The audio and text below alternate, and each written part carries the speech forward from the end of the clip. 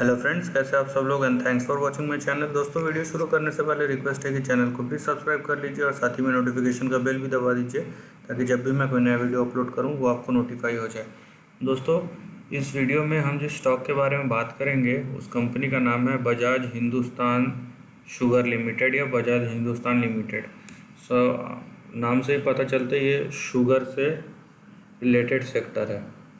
Sugar एक ऐसा sector है, अगर आपको इस सेक्टर या इंडस्ट्री के बारे में नॉलेज नहीं है तो आप अपने आप को कितने भी बड़े 30 मार्क और एक्सपीरियंस बंदे समझते हो, अगर शुगर सेक्टर का नॉलेज नहीं है, मैं रिक्वेस्ट करूंगा कि आप इससे दूर रहिए, बिल्कुल दूर रहिए।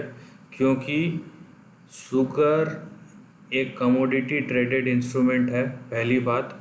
दूसरी बात, हाईली रेगुलेटेड है, गवर्नमेंट रेगुलेट करता है इसका प्राइस और इसका मूवमेंट।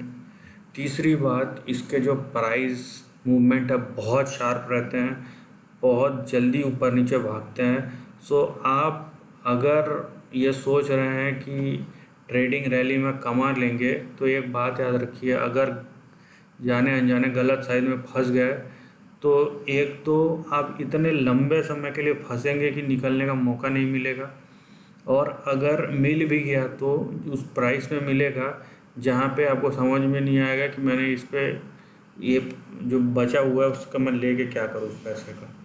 सो ये मैं कोई डरा नहीं रहा हूँ या नेगेटिव बातें नहीं कर रहा हूँ, ये इस इंडस्ट्री का मैं बता रहा हूँ कि ये इंडस्ट्री जो है ये सबके बस की बात नहीं है।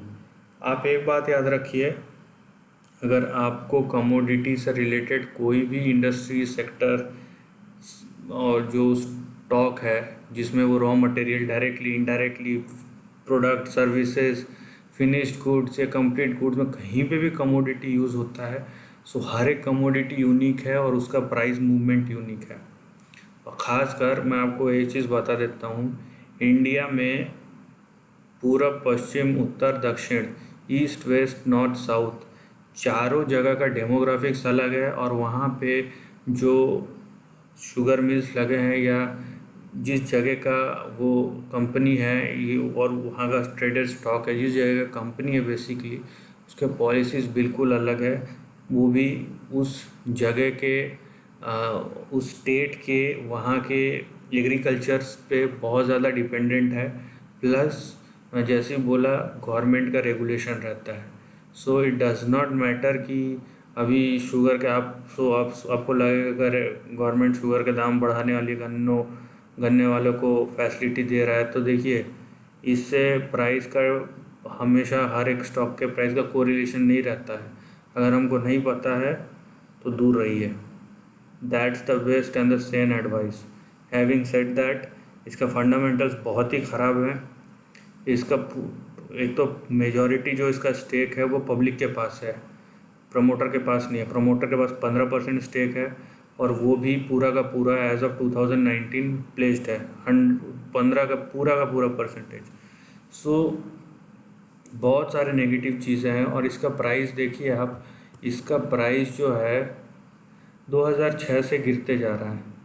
सो आपको ये पूछना पड़ेगा कि भाई इतना सब तो हुआ अभी शुगर सेक्टर के बारे में, देखिए ऊपर से नीचे तक 99.9% गिर चुका है, तो अभी और क्या 0.5% बचा हुआ है, उसका अगर इंतज़ार करना है तो देखिए 2001 से 2006 के बीच में इसने 17,000% रिटर्न दिया था 5 साल में, और उसके बाद से देखिए कंटिन्यूसली गिर रहा है। राइट, हम चार्ट की बात करेंगे, जब तक यहाँ पे है चीज़ें तब तक तो कर ही सकते हैं। मैं हमेशा बोलता हूँ कि ये मेरी रिस्पॉन्सिबिलिटी है कि आप लोग को इन्फॉर्मेशन प्रोवाइड करूँ without being affected by sentiment. ज़रूरी नहीं है कि मैं हमेशा सही हूँ, लेकिन मेरे को इतना पता है कि मैं जब बिना सेंटिमेंट के डिसीजन लूँगा सो मेरे को उससे पॉजिटिव हो या ना हो नेगेटिव नहीं होगा। ये मैं 101% श्योर हूँ, क्योंकि मैं अगर इमोशंस के साथ पैसे को डील करूँगा तो आपको तो मज़ा आएगा सुनने में, क्योंकि आपने पैसा लगाया होगा, सो आपको मोरली एक सपोर्ट मिल जाएगा, अरे यार अच्छा है मेरे साथ कोई सुर में सुर मिलाने वाला है। लेकिन उससे पैसे नहीं बढ़ेंगे, क्योंकि आप अगर उतने एक्सपर्ट होते तो आप यूट्यूब में वीडियो नहीं देख रहे होते, याद रखिए। ठीक है, आप अपना पैसा बना चुके होते और आप दूसरों को पढ़ा रहे होते। आप यहाँ पे खोजने के लिए गाइडेंस नहीं आते।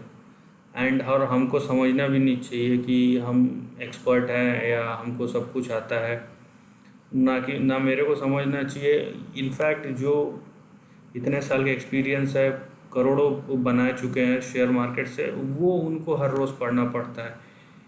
तो ये सब चीज़ें हैं जो आपको समझनी बहुत ज़रूरी है, राइट।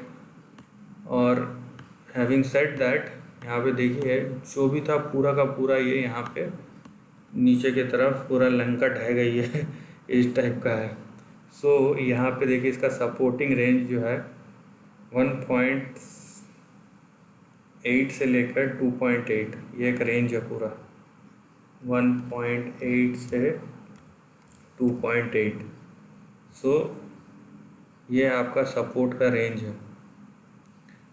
ठीक है, इसके नीचे गया तो 1.8 के नीचे तो फिर कहाँ रुकेगा वो किसी को पता नहीं।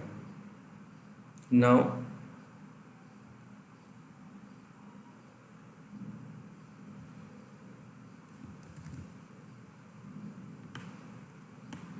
यहाँ पे देखिए ये रेजिस्टेंस है आपका 7.5 से 9 रुपये, ये जो लाइन है अगर ऊपर की तरफ गया तो 7.5 से 9, ठीक है, ये रेजिस्टेंस है। ये जो लाइन का यहाँ पे भी टच हो, इसके ऊपर सस्टेन करता है तो फिर ये लाइन, ये आपका रेजिस्टेंस होगा नेक्स्ट 12 रुपये पे, और उसके ऊपर भी चले गया सो 33 रुपीज़।